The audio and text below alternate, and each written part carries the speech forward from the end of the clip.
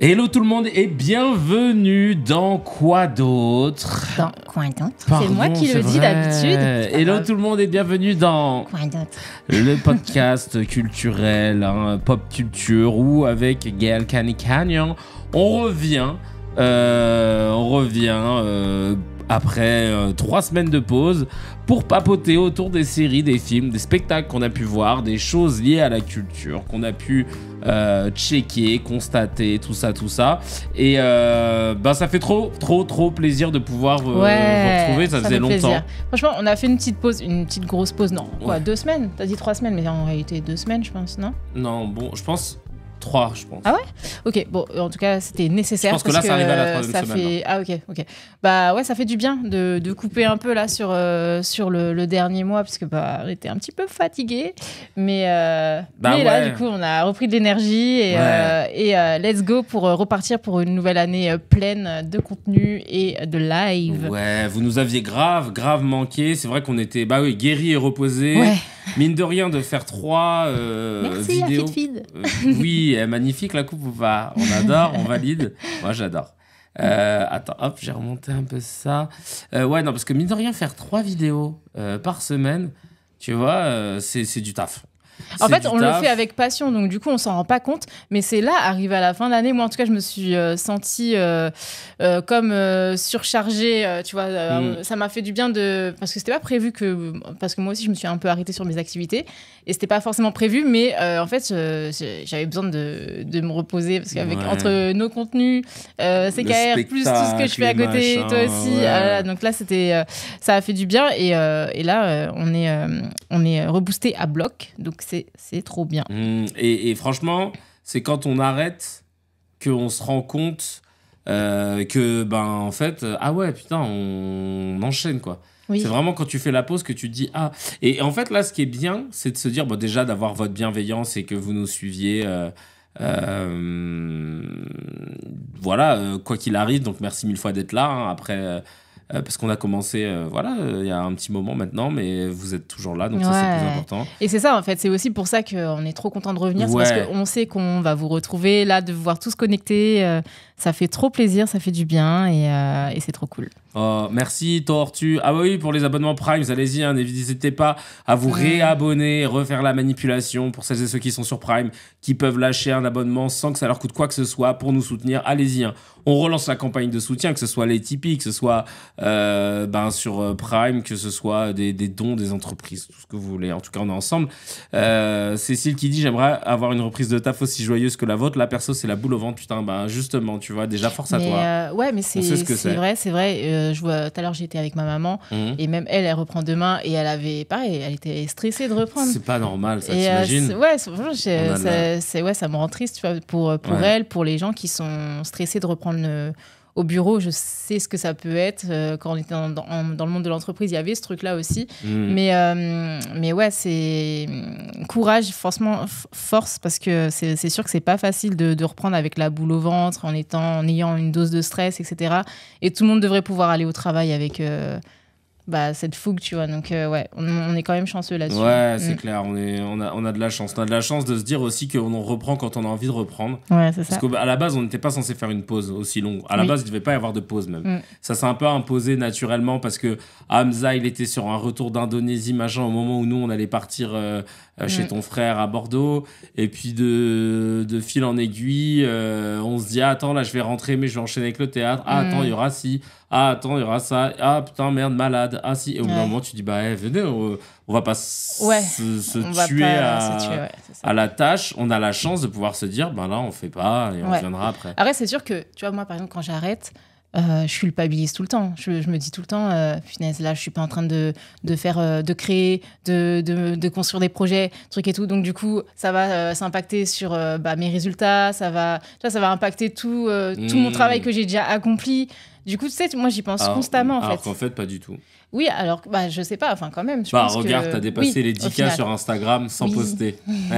C'est vrai. On peut la féliciter. Merci. 10K sur Instagram au moment où t'as posté le moins possible. Ouais, c'est vrai. Moi, à partir du moment où j'ai retiré, pareil, mes faux followers que j'avais, ou les followers inactifs, etc., et que j'ai retiré, et j'ai arrêté de poster les épisodes de CKR. Avant, je postais toujours des extraits tous les jours. Et ben, mes followers, ils ont augmenté. Parce que parfois, en fait, ce qui compte, c'est ce que tu vas poster plus que la fréquence, etc. Même si on nous pousse à ça, en fait, il y a un moment où tu dépasses le cap des micro-influenceurs. Ouais, tu es considérée officiellement comme une micro-influenceuse. Ah ouais, c'est 10K ? Ouais, c'est 10K. Et donc, ça veut dire que t'es parmi les profils qui intéressent le plus les annonceurs en général. Parce que tu as une communauté qui est très engagée. Ah, mais c'est bien. Alors que tu vois, par exemple, si tu vas voir le taux d'engagement de Cristiano Ronaldo, il est pété, par exemple. Oui. Parce qu'il a trop de followers, donc naturellement, il y a trop de faux, tu vois. Donc évidemment, il va poster un truc, ça va faire 300 000 likes. Quand on a trop, ça joue, c'est sûr. Bien sûr. Mais il y en a qui ont beaucoup de followers et qui ont un bon taux d'engagement par rapport à leur taux de par rapport à leur nombre de followers, tu vois. Mais c'est très rare sur une grande Mais il faut vite que je fasse mes dossiers de stats et tout, là, que j'envoie à Marie, parce qu'on a une amie qui est très forte là-dedans, dans les partenariats marques et tout. On va aller chercher les marques et tout. On va essayer. Autant vous dire que j'avoue que ce sera plus simple pour trouver des marques pour Gaëlle que nous. Alors pourquoi d'autres ? Pourquoi pas d'ailleurs ? Pour CKR, ça va être un peu mort, hein, c'est pour ça qu'on compte vraiment sur vous, mais pourquoi d'autres ? C'est vrai qu'on pourrait avoir des petits sponsors. Mais après, tu vois, j'ai pas envie qu'on soit... qu'on nous dicte ce qu'on doit diffuser comme contenu, information, etc. Ouais, parce qu'on garde quand même le choix de dire quand on aime ou qu'on n'aime pas. On a le lead complet sur le truc. Mais je pense que sur une émission comme Quoi d'autre, ça va. À mon avis, c'est pas une marque va pas nous imposer non plus quelque chose de trop... je pense qu'une marque qui nous choisirait aujourd'hui pour Quoi d'autre nous dirait justement de rester sur cette DA-là, parce que si elle nous choisit, c'est pour cette DA. Tu vois. Après, tout dépend de ce que fait la marque. Quoi. Si c'est une marque qui vend des glaces, effectivement, on va s'en foutre de savoir si on va dire du mal de Netflix ou quoi. Si c'est un média ou un annonceur qui a des billes ou qui produit des contenus, machin... c'est autre chose, mais on s'en fout, on n'y est pas. Mais c'est sûr que c'est cool d'avoir des sponsors parce que ça te permet de gagner de l'argent plus rapidement.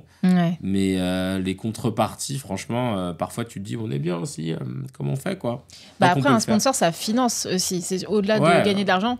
Des fois, tu gagnes pas forcément beaucoup, mais par contre, ça te finance tous les moyens, enfin tout ce dont tu as besoin, donc matériel, bien sûr, je mets ça humain, etc. dans l'enveloppe. Quand je dis gagner de l'argent, ça permet de payer tout ça. Quoi. C'est ça qui est cool, moi, qui m'attire surtout sur un sponsor éventuel. Genre de pouvoir louer un studio, payer des gens pour le montage. Et du coup, tu peux produire autant de contenu que tu veux. Et là, t'es pas bridé. Ouais, c'est ça. Oui, j'avoue, là-dessus, le sponsor, il est ultra intéressant.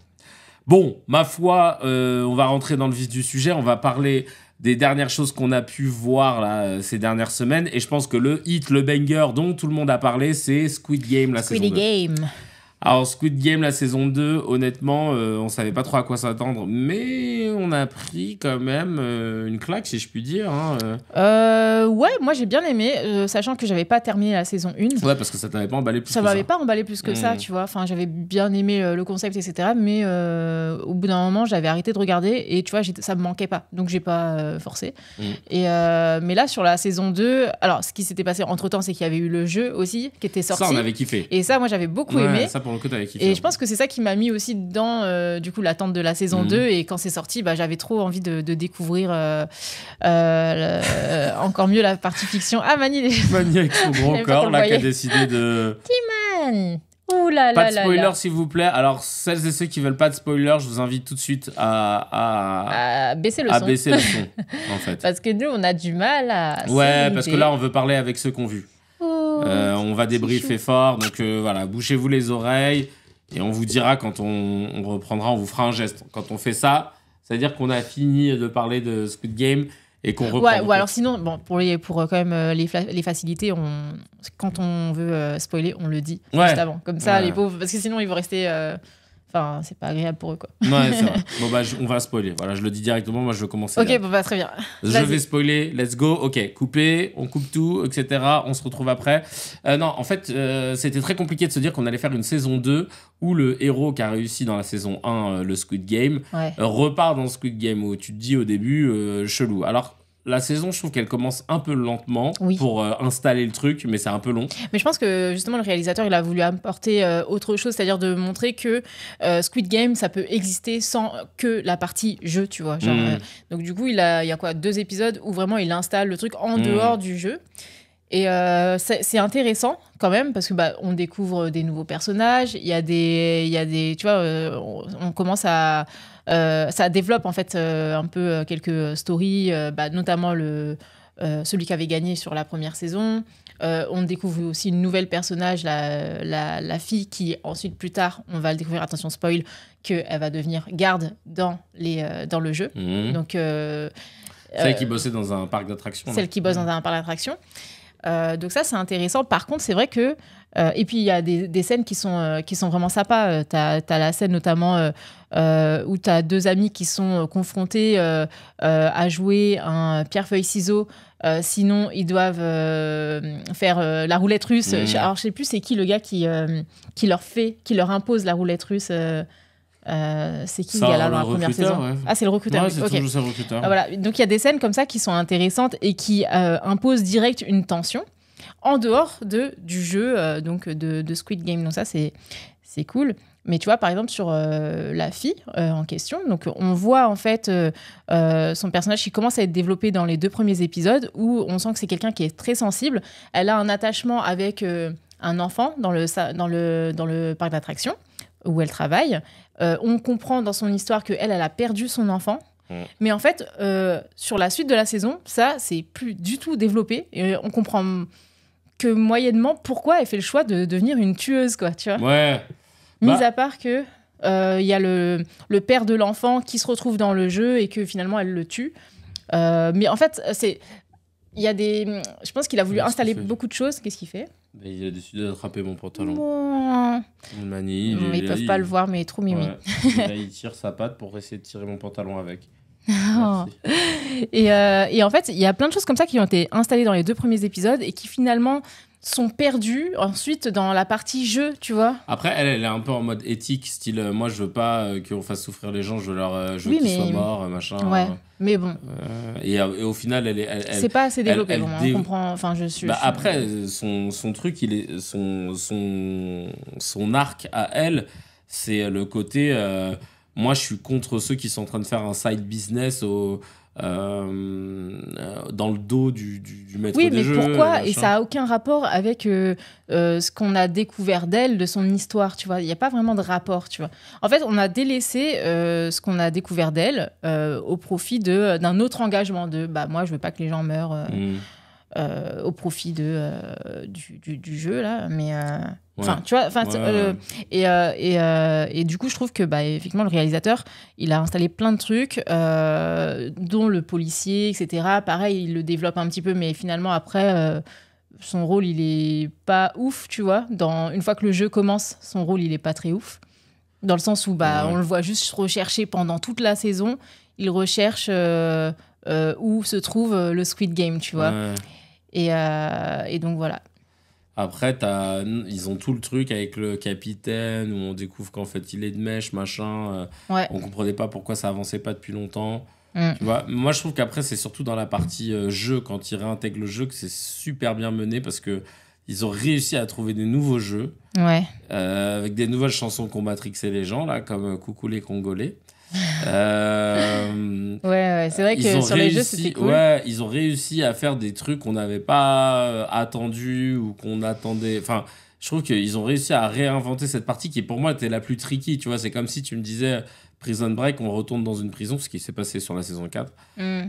T'as intérêt il faut que tu essayes de faire mieux que la saison 1 et ça va être très compliqué parce que de faire un plan sur ton corps et de le tatouer, c'était déjà ouf. Et là, je trouve qu'ils ont réussi à trouver des trucs avec des enjeux style à chaque jeu, les gens peuvent voter pour sortir et tout. Donc, oui, ça c'était super intéressant. Tu te dis, ça va sortir. Parce que du coup, bien sûr, donc, l'idée c'est de mettre en lumière la nature humaine et que même si tu donnes au choix le choix aux gens de partir, bah non, t'as quand même une partie des gens qui préfèrent tuer d'autres personnes pour leurs propres besoins. Tu te rends compte qu'ils n'arrivent pas à s'arrêter, quoi. La nature humaine fait qu'ils se disent non, encore un. Tu vois, donc c'est vrai que ce truc-là, c'est intéressant. Ce qui est intéressant aussi, c'est qu'on découvre des relations.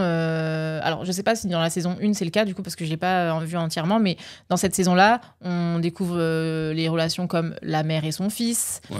Donc, du coup, ça peut faire des parallèles avec des gens qui peuvent s'identifier à cette relation où la mère surprotège son fils malgré que lui, c'est un petit salopard quand même vis-à-vis de sa mère. Mais elle est dans le déni total. Et ça arrive, beau, des mamans comme ça sûr. Qui sont un peu dans le déni parce que c'est leur enfant chéri, etc. Donc ça, c'était bien. On découvre aussi un personnage trans. Du coup, c'est bien aussi d'apporter ces profils-là. Et puis, on a aussi une jeune femme qui est enceinte. Et donc, on montre en fait comment, notamment la personne trans, mais aussi la femme enceinte, elles sont exclues parce que alors il y en a une parce qu'on comprend pas pourquoi elle est comme ça et l'autre parce que elle est enceinte, donc on se dit bon bah elle va nous faire perdre, alors que finalement c'est deux personnages entre guillemets forts dans le jeu et qui arrivent à faire en sorte que leurs équipes s'en sortent. C'est clair. Non, donc ça c'était intéressant. Ils ont réussi à mettre pas mal de diversité là-dessus. Et après, moi je trouve que c'était une saison 2 réussie parce que surprenante et très compliqué d'arriver avec un high concept aussi fort en saison 1. Très compliqué de continuer sur un high concept. Après, j'ai pas compris pourquoi le mec, là, 001, justement, en fait, on le voit que c'est lui, et j'avais zappé, moi. Mais on voit que c'est lui dans la voiture, dans la limousine. Donc on sait déjà que c'est lui qui fait partie de dans la saison 2. Dans la saison 2, en fait, j'avais zappé. Tu vois. Heureusement qu'on a zappé. Parce que tu vois, par exemple, Toons, il me disait, moi je vois qu'il fait partie du staff.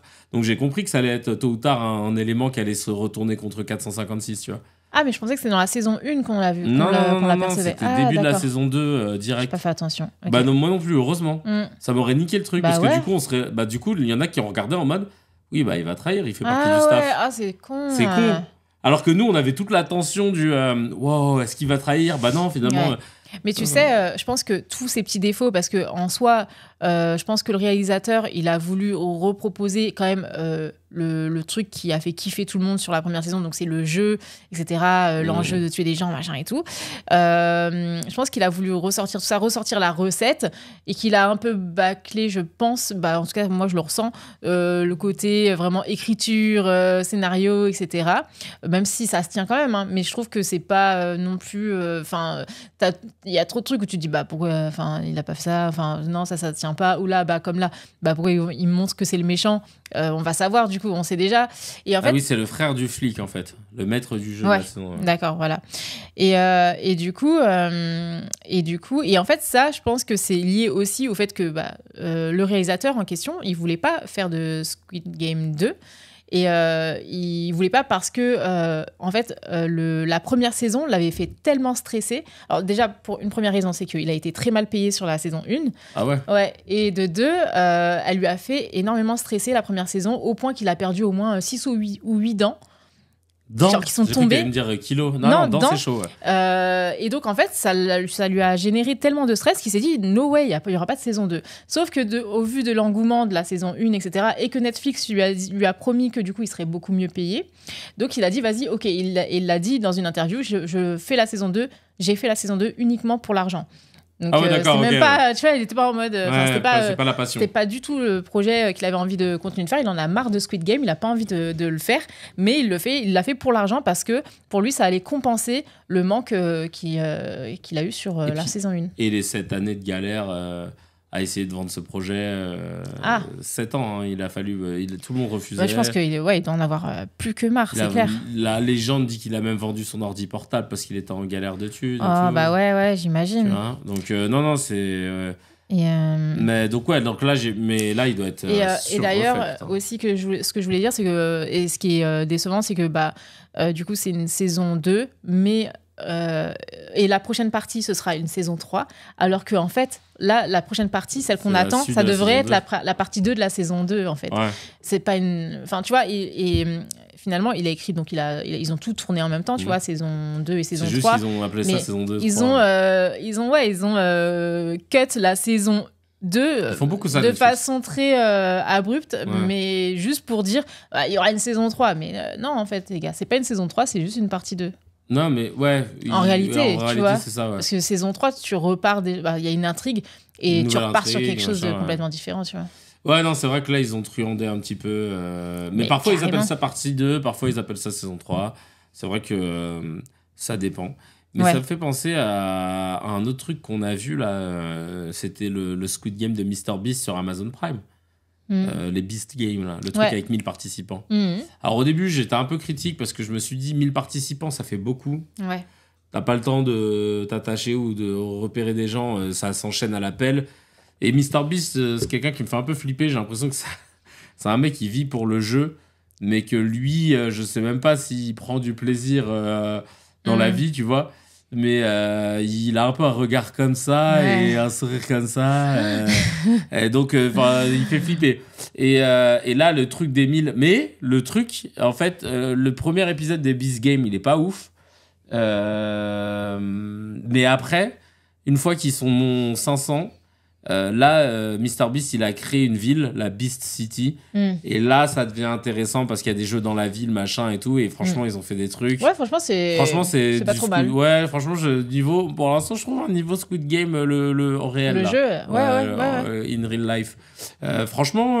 C'est carrément un copier-coller, quoi. Enfin, sauf qu'ils ont changé les jeux et tout. Une débauche de moyens qui fait flipper. Ouais, c'est clair. Parce qu'après, ça, t'as vu les autres là, qui partent en hélicoptère pour aller sur une île que le gars a acheté, genre, je sais plus combien de millions. Non, mais c'est une dinguerie. Le mec, j'ai hâte de voir la suite. Mais d'ailleurs, ça se trouve, elle y est déjà. On pourrait regarder. Bah ouais, faudrait qu'on regarde. On verra. Non, franchement, j'avoue, Beast Game. Attends, tiens, Kempachi, il dit un truc intéressant. Je pense pas qu'il aime ce qu'il fait, honnêtement. Il le fait parce que ça marche, puis voilà. Et puis son sourire est complètement faux. Il fait des vidéos complètement folles. Il s'est enterré vivant.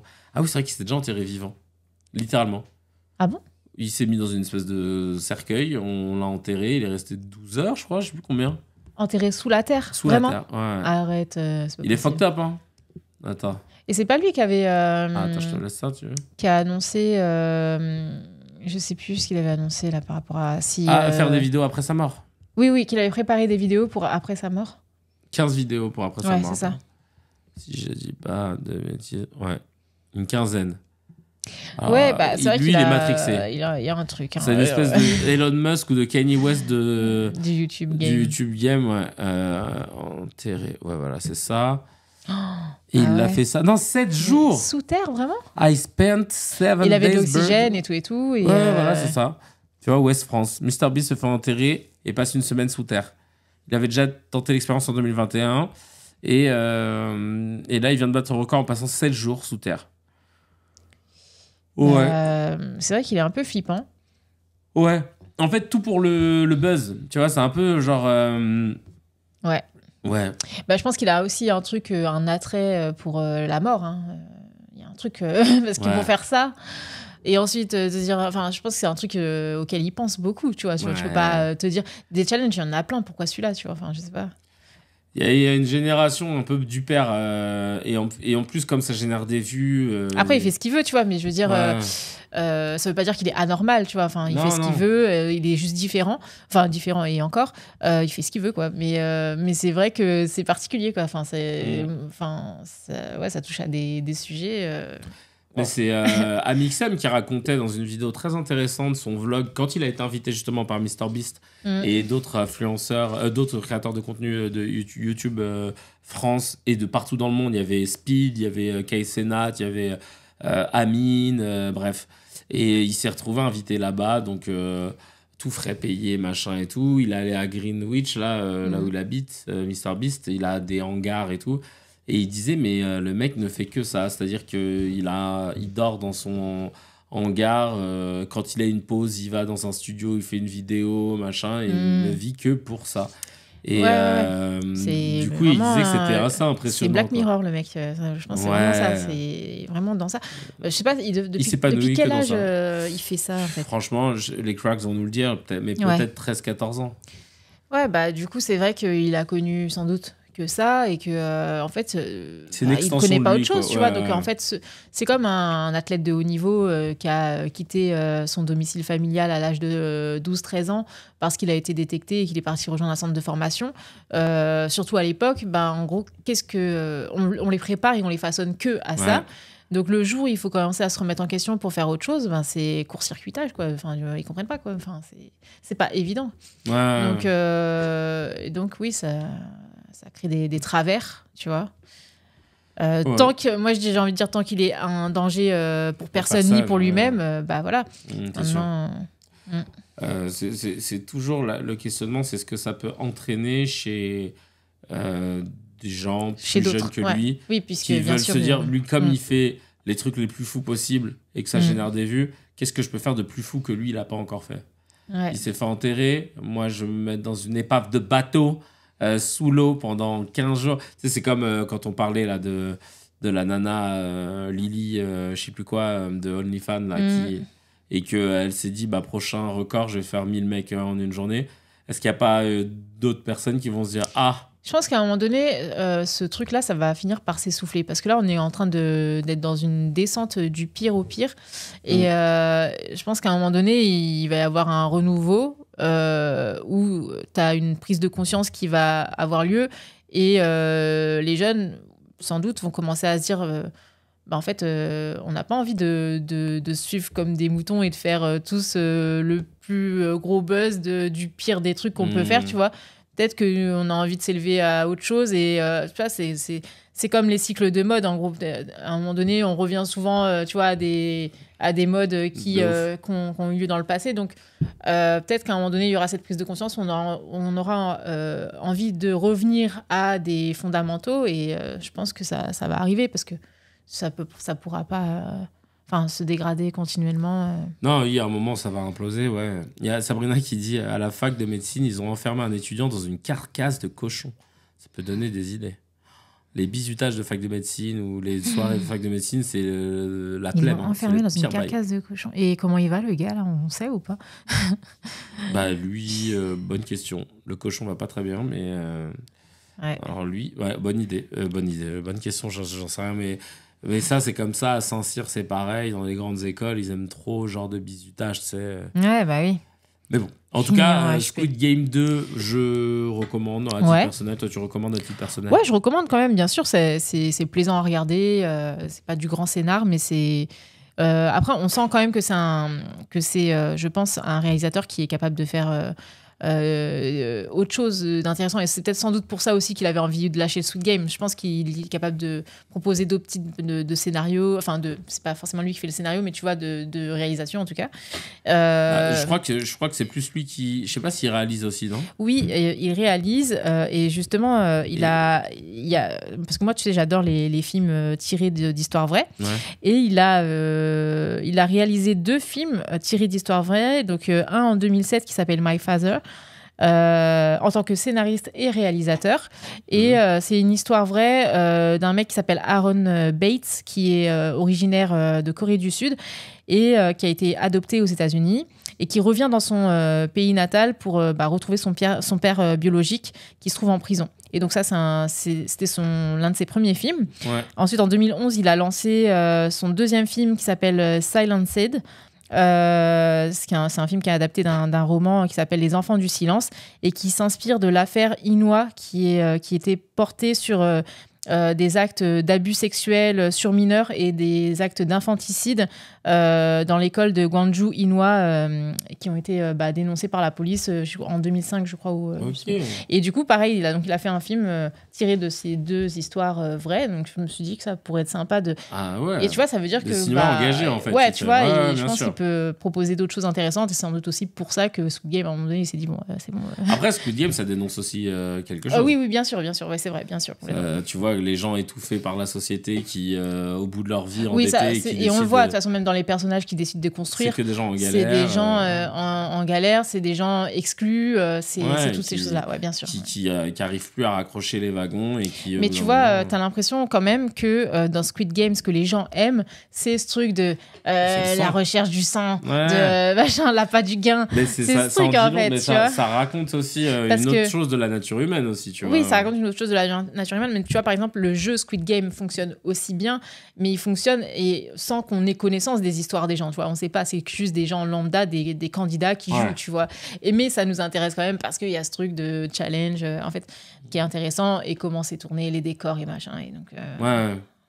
Voilà. Mais en tout cas, ouais, franchement, c'est vrai que j'ai vu des gens qui étaient un peu durs. Moi, j'ai trouvé ça cool.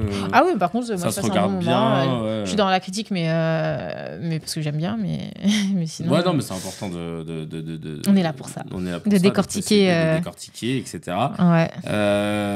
Qu'est-ce que je voulais dire ? Donc, ouais, je vous invite à aller vous faire votre propre opinion. Bon, après avoir spoilé comme ça. Enfin, on vous a pas dit ce qui se passait à la fin de la saison. Non, on vous a pas dit. Normalement, l'honneur est intact. Mais ouais, franchement, allez checker pour c'est ceux qui n'ont pas checké et je tenais à dire, et après on passe à la suite, que le Squid Game là, ça a fait top 1 dans littéralement tous les pays où Netflix est présent quand même. Ouais, c'est ouf, hein. Donc ils réalisent encore une fois un braquage de la série la plus vue dans tous les pays dans le monde, 97 très exactement, si ma mémoire est bonne. C'était quoi avant la série la plus vue avant celle-ci ? C'était Squid Game saison 1. Non mais avant Squid Game, avant la saga. Bonne question. Bonne question. Je crois que Squid Game, c'est la première qui a été autant vue worldwide dans autant de pays en fait. Après, il y a eu Lupin. Mais c'était arrivé après. Ouais. Lupin, ça a été trop... Dans le monde... ça a fonctionné de fou. Ah ouais. Ok.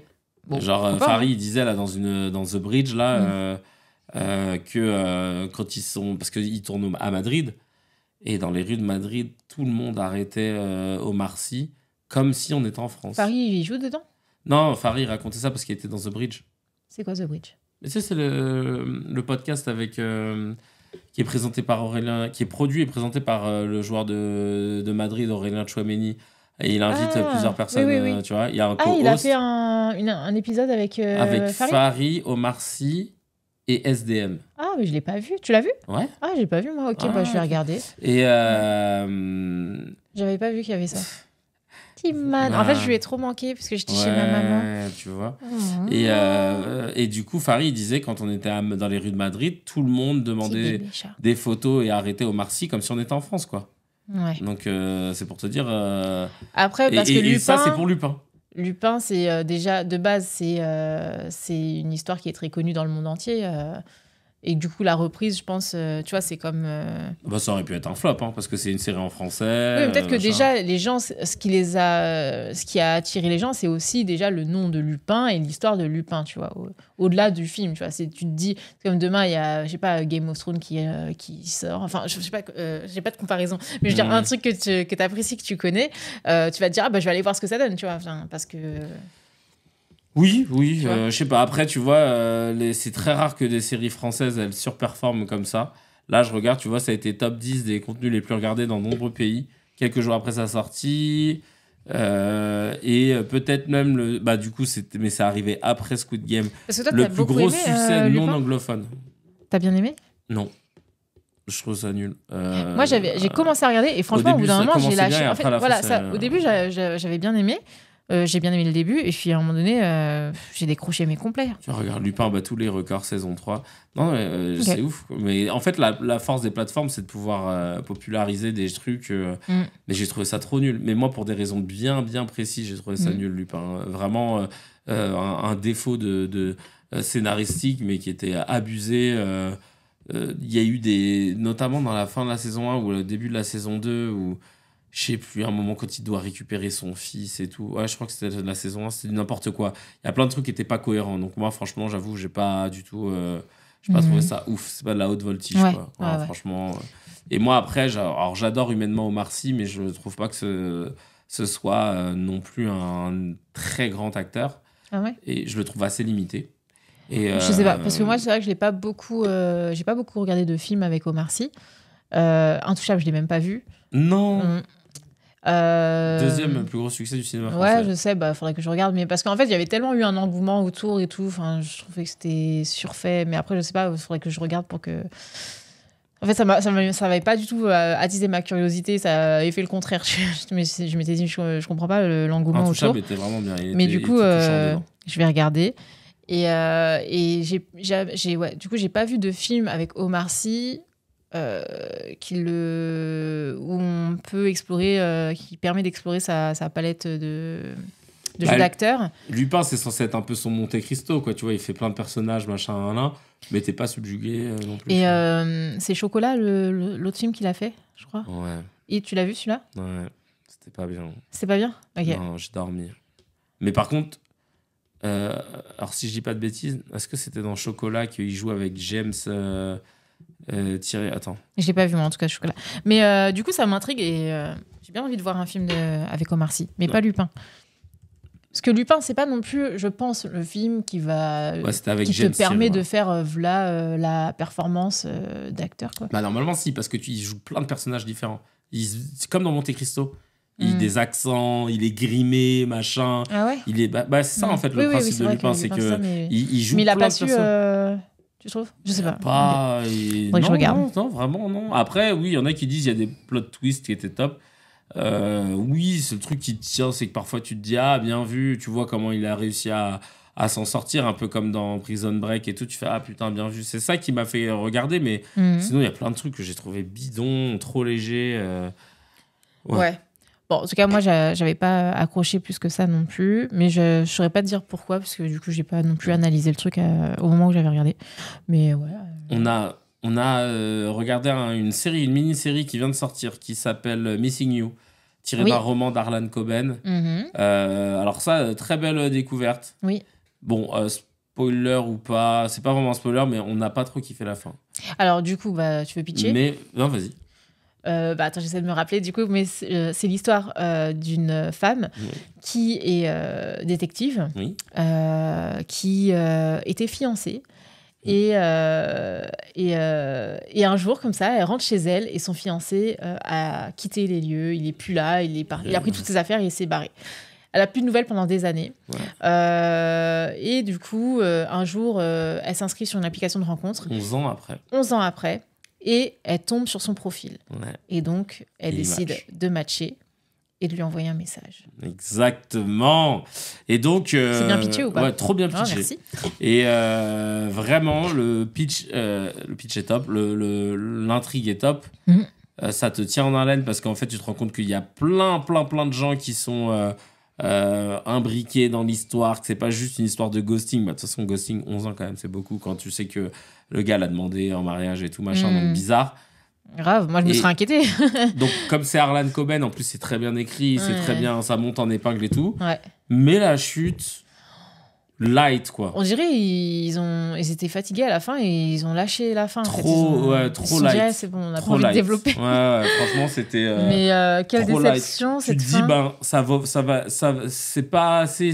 En gros, sans vous spoiler, c'était pas une raison assez grosse pour que tu puisses te dire que tu montes tout ça en fait, qu'il y ait autant de gens impliqués, machin. Normalement, il y a quelqu'un qui dit, les gars, arrêtez. C'est bon, on va pas faire. Là, c'était un truc genre Zarma, les Illuminati. C'était too much pour une raison qui est light. En fait, c'est ça qui était un peu déceptif. Mais sinon, dans la série, il y a plein de trucs que j'ai kiffé. Parce que, en plus, juste pour terminer sur ça, en plus, même eux, à la fin, du coup, quand on comprend la raison et tout, même eux, tu sais, la fin, elle est au reflet de la fin nulle. Parce que même eux, ils sont. Enfin, la dernière scène, tu te rappelles comment elle est ? Ils sont comment ? Ils sont assis sur le lit. Ah oui. Et genre, même eux, ils sont en mode... dans leur position de scène. C'est trop nul. Genre, ils sont vraiment en mode... Ah, ok. Tu sais, genre, il n'y a plus rien qui se passe. Et d'un coup, ça se termine. Même eux, ils sont en mode... Ah, c'est ça. Tu vois même eux, ils sont dit, on finit là. Non, mais il n'y a pas d'autre scène. Mais c'est vraiment ça, parce que finalement, il se passe ce qui s'est passé, qui est un truc de ouf quand même, ce qui s'est passé. Ouais, totalement. Mais la fille, elle est en mode... D'accord. Et elle lui touche quand même la main. Elle est en mode... Et ça se termine là-dessus. Tu vois, genre, en fait, on a le même effet qu'eux, quoi. On est en mode bon, ok. Kiss cool. Ouais, c'est ça. Non, franchement, c'est pété. J'avoue, la fin est pétée, par contre, bon, tout le reste, c'est charmé. La tension, elle s'alimente bien, etc. Donc, du coup, t'as envie de savoir la fin, l'intrigue, elle est bien trouvée, truc et tout. Mais... Et le point positif qu'on aimerait souligner, qu'on a beaucoup kiffé avec Gaël, c'est comment ça s'appelle ? C'est vraiment la façon d'amener la diversité. Le côté inclusif. Tu vois, Netflix, ils ont cette fâcheuse tendance, Netflix, comme beaucoup de boîtes américaines, parfois à un peu trop forcer la diversité, ce qui fait qu'il y a un manque de naturel. Parfois, où d'un coup, tu sais, t'as des bandes de potes, c'est Benetton, alors qu'on sait que dans la vie, ça peut exister, mais c'est pas comme ça. Genre, je veux dire, non, quand tu regardes la bande de potes que tu peux avoir, t'as pas un blanc, un noir, un juif, un trans, un machin. Et eux, ils aiment trop faire ça, ce qui fait que c'est plus connecté à la vie réelle, tu vois. Et là, en fait, ils ont mis un personnage trans et l'héroïne est handicapée, elle a des mains déjà, le atrophiées. personnage trans, c'est pas ce qu'il a défini. En fait, non, c'est ça. Je finis. Ouais. En fait, il n'en parle pas. Ouais. En fait, c'est ça qui est charmé. Alors, à un moment, ils le sous-entendent vers les derniers épisodes, mais sinon, pendant tous les épisodes, elle est trans, on le comprend ou pas, machin. Il y en a peut-être qui vont pas capter, ils vont se dire, bah non, c'est une femme, machin. Mais c'est une femme trans. Et en fait, et c'est pas le sujet en fait du personnage. Et c'est ça qui est kiffant. Oui, à contrario, dans Squid Game, le personnage trans. Il faut qu'on fasse tout un truc dessus. Du coup, elle est exclue parce qu'elle est trans, etc. Et que du coup, c'est sur ça que ça se montre, que se montre son personnage. Ouais. Là, effectivement, dans cette série, c'est pas le cas. Et même, du coup, l'actrice principale, donc, effectivement, elle est handicapée. Elle a une malformation à la main. Des deux mains, en plus. Hein. C'est les deux mains. Elle a des doigts atrophiés, ouais. Du coup, elle a des malformations aux mains. C'est un accident, on peut pas savoir. Mais en fait, justement, on s'en fout. C'est pas le sujet. Juste, elle joue bien, tu vois. Voilà. Et en fait, c'est ça qui est génial, voilà. Le perso principal est handicapé, du coup, physique. Elle a des doigts qui manquent, qui sont atrophiés. On en parle quoi. Il y a tu vois, là, avec son portable, machin, tu vois qu'elle vit très bien, elle a un bon poste à la police, elle est détective, inspectrice, respectée, tout ça. Et j'ai trouvé ça très, très, très, très stylé. Exactement. Moi, c'est ça que j'aime comme diversité. En n'appuyant pas l'exclusion de ces personnages, il les inclut complètement. Mais ouais. C'est ça. Et je trouve ça trop smart de l'intégrer comme ça. Parce que je me souviens d'une fois, on avait regardé un film d'horreur qui se passait, je crois, en Australie, un truc comme ça. Okay. Et c'était genre un couple qui arrive dans un endroit avec leur caravane pour se poser dans la forêt et tout. Et ils arrivent à un endroit où il y a quelqu'un qui a déjà posé sa caravane et tout. Et c'est une famille grave chelou. Okay. Et en fait, l'héroïne du film, il lui manquait un bras. Oui. Mais genre, c'était pas un sujet, quoi. C'était il s'avère que l'héroïne est handicapée, elle a pas de bras. Mais tu la vois dans son intimité avec son mec, machin, et le sujet du film, c'est un film d'horreur qui n'a rien à voir. On n'en parle pas. Ouais, mais on s'est un peu endormi, je crois, au bout d'un moment. Mais c'est chambé, en fait. Je trouve ça trop bien, tu vois. Non, parce que au moins, tu mets en avant des gens différents, donc c'est inclusif. Mais tu sais, parce que pour moi, ce que j'aime pas, c'est la démarche de dire regardez, on fait de l'inclusivité. Tu sais, c'est comme les gens qui se filment en train de donner à manger à quelqu'un qui fait la manche. Je trouve que les plateformes, elles font beaucoup ça. Elles se filment, elles veulent trop montrer que... On fait un film sur ce sujet, avec des gens qui sont touchés par ce sujet, etc. Alors que t'as pas besoin, juste fais ton casting pour ton film quelconque, quel qu'il soit, et inclus toutes les personnes possibles. En fait. Ouais. Tu vois, par exemple, je pense d'ailleurs, le problème qu'il y a eu apparemment avec le personnage trans dans Squid Game, c'était que c'était pas un vrai trans, c'était un homme, tu vois, qui jouait le personnage. Et le créateur de Squid Game... Tu veux dire, dans la vraie vie, c'est pas un vrai trans? Ouais, dans la vraie vie, c'est pas un vrai trans. C'est pas une femme trans. Et du coup, le créateur a expliqué qu'ils avaient cherché des actrices femmes trans qu'ils n'en avaient pas trouvé. Oui. Et c'est pour ça qu'ils ont pris le gars. Oui, parce que moi aussi, c'est un truc, ça, et même en entreprise, ça arrive beaucoup, c'est le côté discrimination positive. C'est dans le sens, il aurait pu faire, c'est le travers que font beaucoup, c'est de se dire... là, moi, je veux que ce soit une personne trans qui joue un rôle d'une personne trans. Donc, du coup, même si j'ai deux acteurs, donc une personne qui est trans et une autre qui ne l'est pas, mais la personne qui joue le mieux, c'est la personne qui n'est pas trans.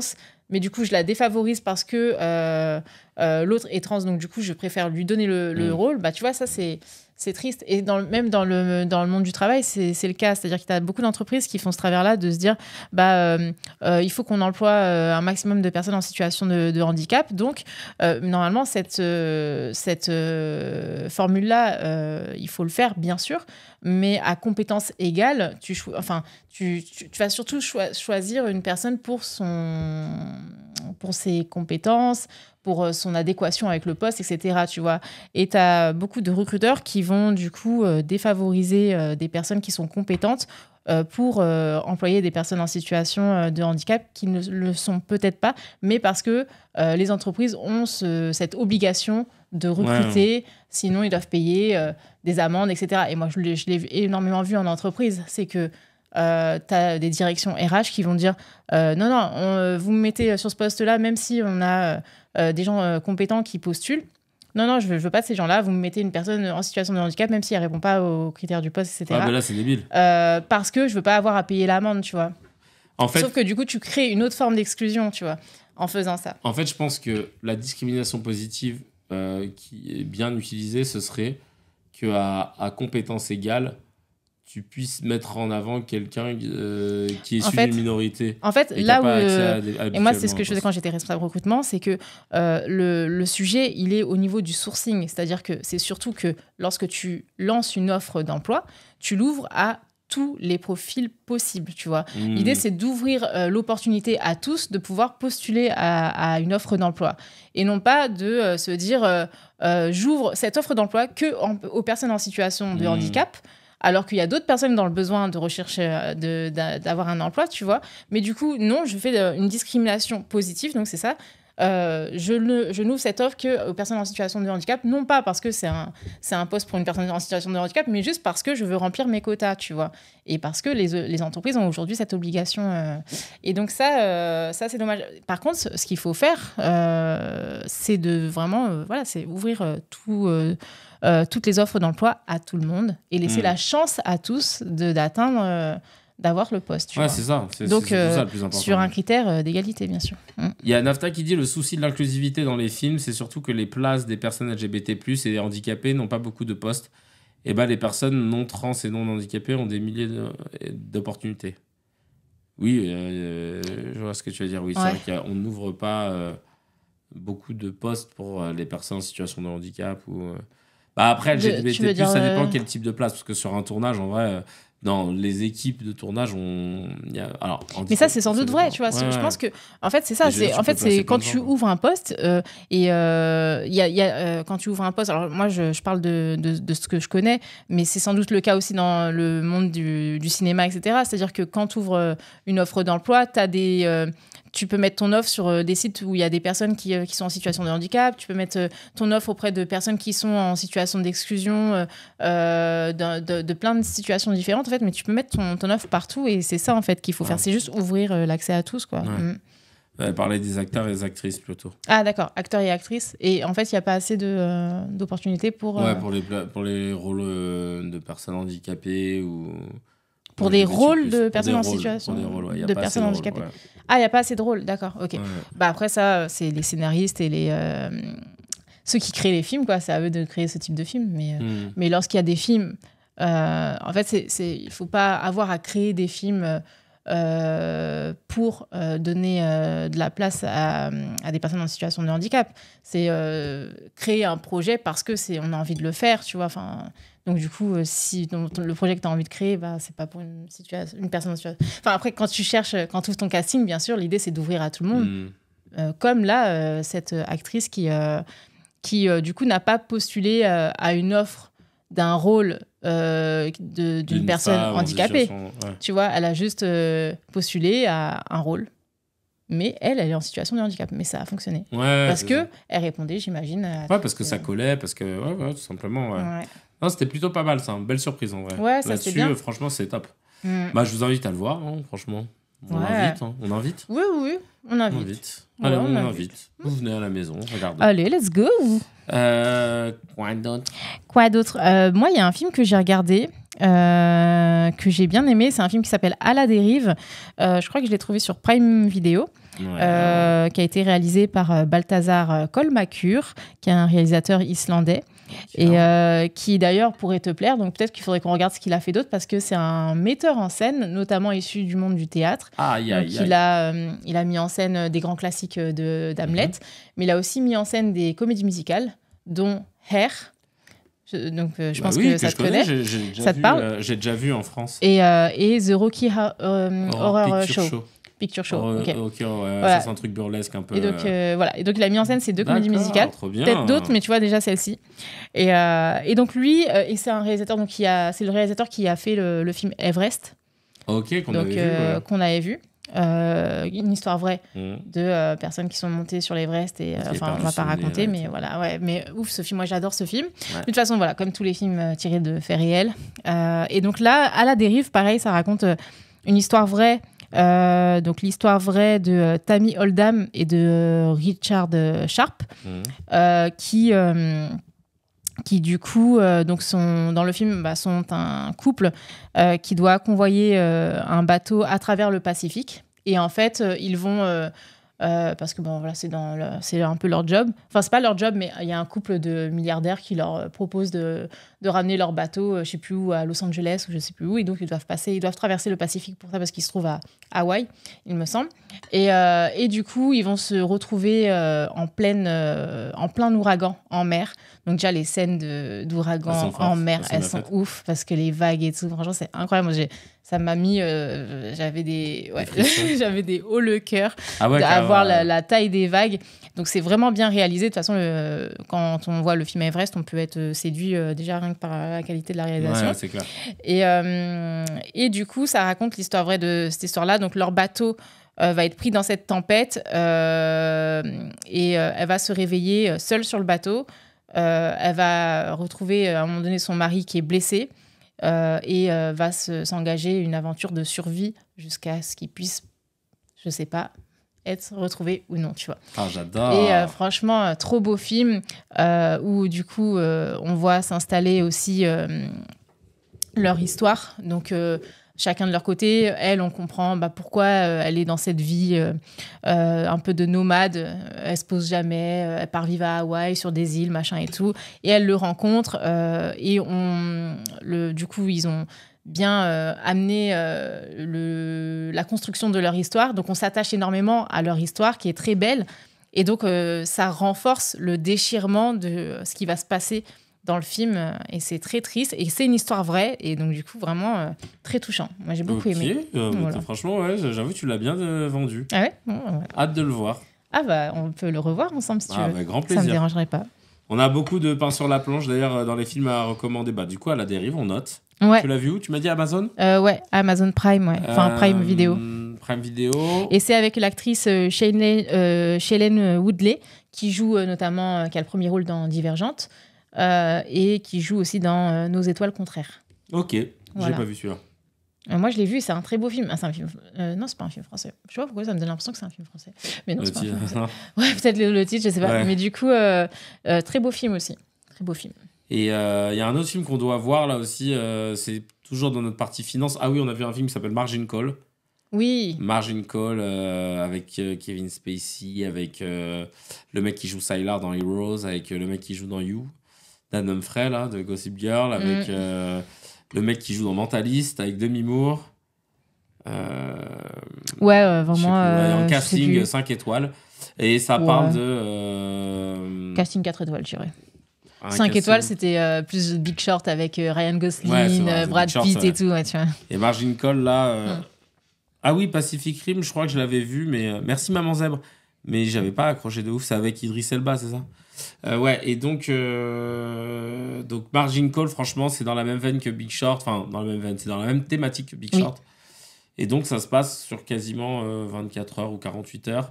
Comment une entreprise, un hedge fund, comme ils disent, un fonds d'investissement, va se rendre compte qu'ils sont dans la merde la plus totale et que comment ils vont essayer de sauver les meubles.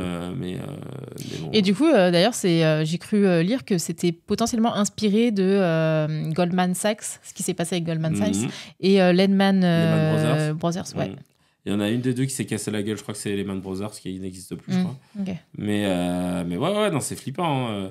Et là, j'étais sur une vidéo de Popcorn de Domingo où ils avaient reçu un gars qui s'appelle Lame et qui avait fait un 35 minutes pour expliquer l'histoire de GameStop ou comment des gars sur Reddit qui misaient de l'argent, qui font du trading, ont réussi à faire couler des hedge funds grâce à des actions sur un magasin de jeux vidéo qui est en train de se casser la gueule. Et franchement, il y a un film qui s'appelle Dumb Money qui est sorti, je veux trop le voir parce que là je suis dans une période tu m'as envoyé l'affiche mais j'ai pas regardé, mais du coup en fait Dumb Money c'est marrant parce que c'est le nom qu'on donne aux gens qui investissent mais qui sont des petits boursicoteurs qui sont pas dans des grosses machines, qui sont des petits particuliers. On dit oui, ils font de la dumb money, c'est un peu péjoratif. Et sauf que là, les dumb money, ils ont réussi à foutre la merde sur Wall Street en faisant tomber tous les fonds d'investissement, etc., notamment ceux qui pariaient sur la chute de GameStation, le magasin de jeux vidéo qui se cassait la gueule, quoi, et ils ont réussi à inverser la pression. Et c'est assez fort parce que le truc, il est encore d'actu, c'est-à-dire que les actions, elles sont encore un peu... on me dit que ce film est fantastique. Mais franchement, cette histoire... On le regarde ce soir. Ouais, on va le regarder ce soir. J'ai la dalle, d'ailleurs, je pense que ça va pas manger ce que j'ai prévu. Ah bon? Qu'est-ce que tu vas manger? Ça, j'en parlerai avec Mani. Et on te dira... Non, on va avec Mani. Toi, t'as déjà mangé. Oui, mais peut-être que... Enfin, c'est trop drôle parce qu'à chaque fois que j'ai déjà mangé et finalement tu commandes un truc à manger, l'odeur me donne trop faim. Ouais. Et du coup, j'ai faim. Et du coup, trop facile. Elle sait pas, les yeux plus gros que le ventre, c'est le nez plus gros que le ventre. Ça marche trop bien. Donc, GameStop... allez, Dumb Money, on va le faire. On va se le faire. Et enfin, dernier truc que je voulais aborder. T'avais un autre truc? Parce que moi, j'ai un dernier sujet. Non. Enfin, si, après, peut-être j'ai un truc. Vas-y. Non, vas-y. Non, toi, vas-y. Non, vas-y. Moi, c'est le classement des préférés des Français. Ok. Alors là, mon pote, là, je veux dire que va falloir qu'on discute. Et ça va parler français LV1. Ah oui, ma sœur, elle m'en parlait tout à l'heure. Elle me disait que du coup, il y avait Marine Le Pen dans le classement. Non. Attends, je te laisse amener ton sujet. Attends, merde, putain, j'ai pas le classement sous les yeux là. Je vais regarder sur X parce qu'il doit y avoir... Elle m'a dit qu'il y avait des grands noms de la politique. Bah non mais c'est scandaleux, non mais tu vas voir, attends. Mais qui a fait le classement déjà? Alors c'est JDD avec l'IFOP. Donc est-ce que c'est fiable? C'est le journal du dimanche. Est-ce qu'on peut se dire, ouais, c'est fiable? Bah oui, enfin non, je vais vous expliquer. Attends. Alors, Serfia, voilà, c'est ça que je voulais voir. Voilà, on a le classement. Alors, dans le classement les 50 personnalités préférées des Français. Il y a en 1, Jean-Jacques Goldman. En 2, Omar Sy. En 3, Teddy Riner. Ok. Tu vois, Lady CC, elle dit en même temps, JDD, c'est extrême droite. Donc bon. Ça appartient à Bolloré, c'est vrai. Ouais. Mais l'IFOP, ça ne l'est pas. Et ils font ça avec l'IFOP. Mais le problème, je vais vous expliquer comment ils font ça et vous allez comprendre pourquoi. Florent Pagny en 4, Léon Marchand qui fait son entrée en 5. Ouais, c'est possible. Hein. Ça, c'est cohérent. Oui. Soprano en 6, Thomas Pesquet, Antoine Dupont, Francis Cabrel. Et en 10, première personnalité politique ça, ils ont menti. Jordan Bardella. Non, c'est après, quoique, je pense qu'il a dû quand même plaire à beaucoup de gens. Et en 11, Marine Le Pen. Et en 12, Michel Sardou. Ça, c'est faux. Je pense que... Enfin, en tout cas, Marine Le Pen, je pense pas. Mais Jordan Bardella, je pense que oui, parce qu'il a eu... il a réussi à... Tu vois, à comment dire... À intéresser beaucoup de gens. Ouais, mais comment tu peux... Il avait ce petit atout charme, entre guillemets, que les gens ont aimé. Tu vois, donc je pense que... tout ça accumulé, ça peut l'amener à cette place-là, je sais pas. Genre, t'as des gens du Jardin, Danny Boone ou Zidane qui sont en dessous de Marine Le Pen et Jordan Bardella, je trouve ça ouf. Après, quand tu descends un petit peu plus, tu vois, Foresti 22. Pierre Richard, il fait son entrée à la 26e place. Il fait son entrée, Pierre Richard? Ouais. Okay. Eddie Mitchell, il fait son entrée à la 20e place. On a à la 31e place qui font leur entrée Alexis et Félix Lebrun, les pongistes. Oui. Kylian Mbappé est 36e. Bardella, il est 11e. 10e. Ça veut rien dire. Parce que, c'est vrai que Mbappé, on l'apprécie. C'est pas parce que c'est un grand joueur que. Non, mais je dis ça parce qu'il est apprécié, en fait. Il l'était, du moins. Oui, il l'était, tu vois. Ça me surprend pas qu'il soit à la 36e place et pas dans le top 10. Je vois pas qui apprécie à ce point-là Bardella pour le mettre 10e, en fait. C'est ça qui t'as pas vu tout l'engouement, comment la droite enfin, la place que ça prend aujourd'hui. Enfin, ça me surprend qu'à moitié. Hein. Ouais, non, mais... On voit que ça prend du terrain, qu'ils sont... Et je vais vous expliquer d'ailleurs comment on fait, comment les votes sont faits. C'est sur un panel de 1000 personnes. Et on leur propose 100 noms. Donc, en fait, c'est pas toi qui mets le nom que tu veux, en fait. On propose 100 noms. Ah ouais, d'accord. Et toi, tu choisis qui est ton préféré, dans ce cas, déjà, c'est biaisé. Bah ouais, carrément. Déjà, ça commence bien, parce que c'est vrai que normalement, on aurait pu avoir pourquoi les 100 noms, ils sortent d'où? Peut-être qu'ils sortent de les 100 noms les plus représentés dans l'actualité, dans les médias. Il y a un problème, c'est que pourquoi on met Jean-Jacques Goldman en premier depuis 15 ans? Et Pierre Richard. Non, et pourquoi Pierre Richard, il rentre que maintenant dans ce cas? Il s'est passé quoi cette année? Il s'est passé quoi pour qu'il rentre? Mais pourquoi alors, Teddy Riner, moi, je dis OK, parce que moi, tous ceux qui sont dans le classement et qui sortent des JO de Paris, je comprends. Ouais, bien sûr. Antoine Dupont, pareil. Oui, il y a eu vraiment pareil de l'engouement autour de ces personnages. Il n'y a pas de souci. Maintenant, Jean-Jacques Goldman en 1. Parce que Jean-Jacques Goldman, c'est vrai que c'est une personnalité qui est appréciée, qu'il a écrit énormément de tubes de plein d'artistes. Ouais, mais ça fait au moins 15 piges qu'il est en 1, alors qu'il ne fait plus rien depuis plus. Ouais, j'avoue. Donc, à un moment, il faut arrêter. C'est pour ça que c'est biaisé. Pour moi, les 1000 personnes, j'aimerais bien voir leur panel. Si c'est 1000 personnes qui ont plus de 70 ans, je comprends, tu vois. Mais tu mets 1000 personnes de notre génération, le classement, il n'est pas pareil. Faudrait qu'on le fasse, d'ailleurs. Faudrait qu'on fasse le classement. Mais là, oui. Parce que, tu vois, que tu mettes même Sardou, machin, bref, qui sont aussi hauts, tu vois, Cabrel, machin, alors que tu te dis, il n'y a pas eu de... Qu'est-ce qui fait que là, maintenant, à l'instant T, il soit là, en fait? C'est ça qui me rend ouf. En fait, même Soprano, et c'est quoi même Soprano, je comprends. Non, mais après, si on leur donne aux gens qui votent donc, une liste de 100 noms, il faudrait comprendre d'où sont tirés les 100 noms, tu vois. Parce que pourquoi cette année, on a rajouté Pierre Richard, on a rajouté Eddie Mitchell, etc., alors que c'est des personnages qui existent depuis... Est-ce qu'ils ont sorti un truc? Donc, qu'est-ce qui s'est passé? Et là, on comprendrait mieux, parce qu'après, effectivement, quand tu as déjà un choix restreint, bah, tu fais ta liste de tes préférences personnelles, tu vois. Tu vois, et par exemple, c'est étonnant que, alors que je suis pas fan, mais qu'il n'y ait pas Hanouna, par exemple, en vrai.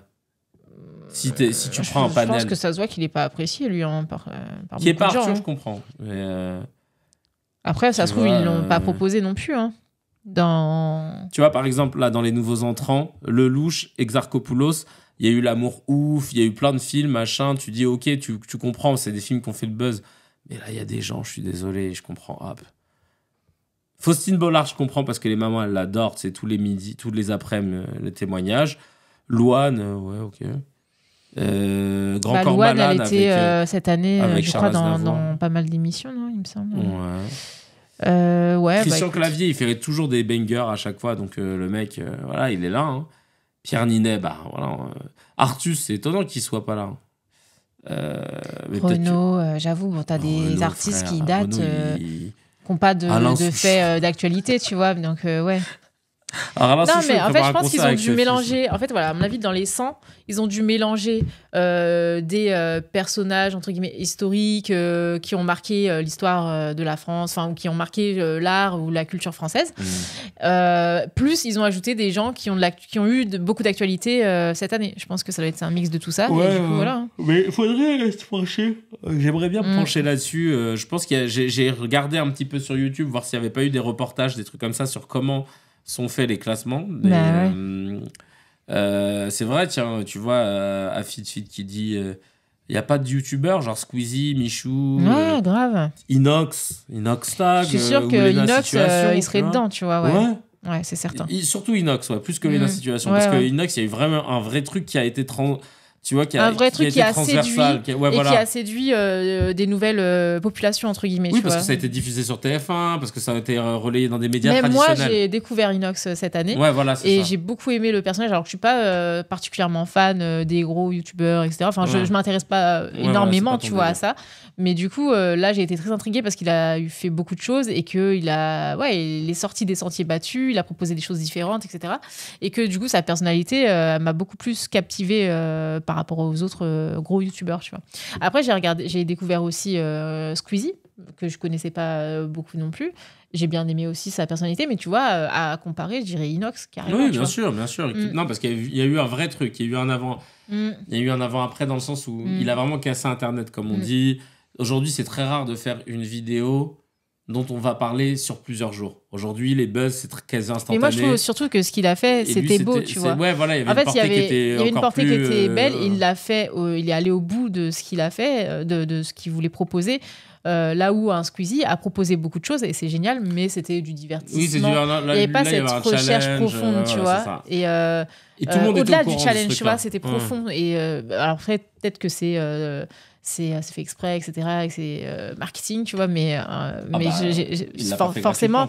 Mais je veux dire, il y a eu une vraie profondeur humaine dans ce qu'il a proposé, tu vois, et c'est ça que j'ai bien aimé.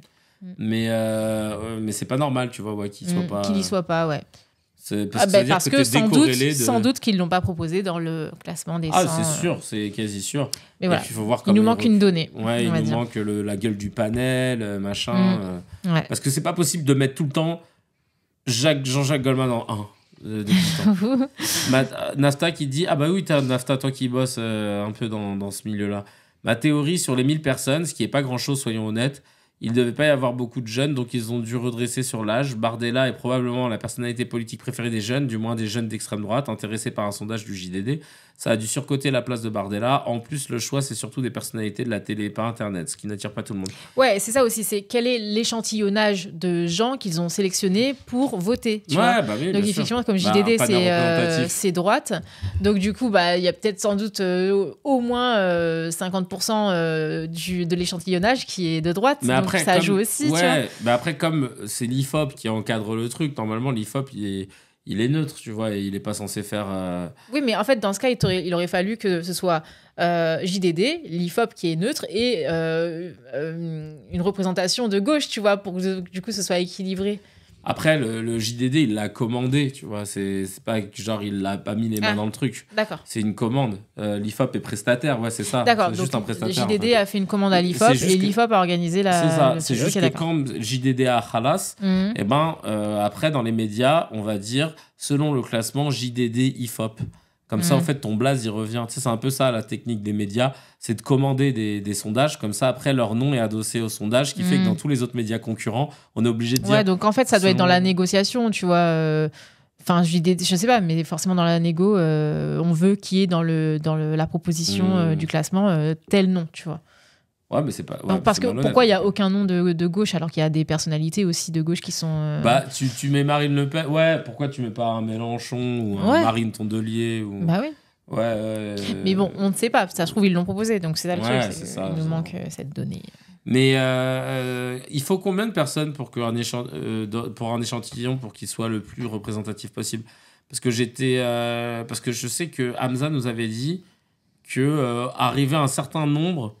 Après, ça sert à rien de faire plus, que tu peux faire plus ou tu arriveras au même résultat. Nafta, tout à l'heure, elle a dit 1000 personnes, mais je ne sais pas si elle disait ça par rapport à ce qui a été fait pour ça ou autre chose. Hamza avait dit 1000. D'ailleurs, j'ai trouvé une appli qui montre les articles présentés avec un indice droite ou gauche, et aussi qui montre qui relaie l'info et plein d'autres choses. C'est vraiment très utile. Ça s'appelle Ground News. Trop bien. Ah oui, donc c'est 1000 personnes. 1000 personnes. Ouais. Apparemment, au-dessus de 1000, tu auras toujours les mêmes choses. Ouais, bon. Mais par contre, à Crimed, ils ont épinglé IFOP JDD, un passe-temps comme un autre, fake news, de reproduction sous forme de tribune et avec leur accord, un article de l'Observatoire des sondages.